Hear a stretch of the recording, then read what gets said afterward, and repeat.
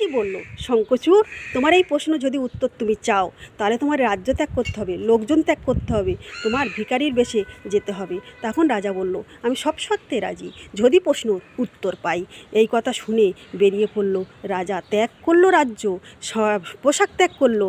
তাহলে ভিখারির বেশ ধরে সেই রাধাকুণ্ডে পৌঁছাতে পৌঁছাতে প্রায় বিকেল হতে যায়। সেখানে ব্রাহ্মণ আর ব্রাহ্মণী কী করছে, সারাদিন ভিক্ষে করে যেটুকু পেয়েছে গোবিন্দ সেবায় লাগিয়েছে। গোবিন্দ সেবায় লাগানোর পরে সেই ভোগ দুজনে সেবা নেবে বলে বসে দুই থালায় বেড়েছে।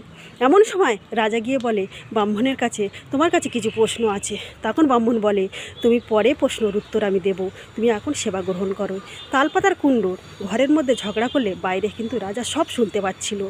ব্রাহ্মণী বলছে, আমি সারাদিন কিছু খাইনি, এই প্রসাদটা আমি খাবো, আমি কাউকে দিতে পারবো না। ব্রাহ্মণ বলে, ঠিক আছে, আমার যেটুকি আছে সেইটুকুই দাও। ব্রাহ্মণী ঝগড়া করতে করতে ওনার খাবারটা কাউকে না দিয়ে রাজা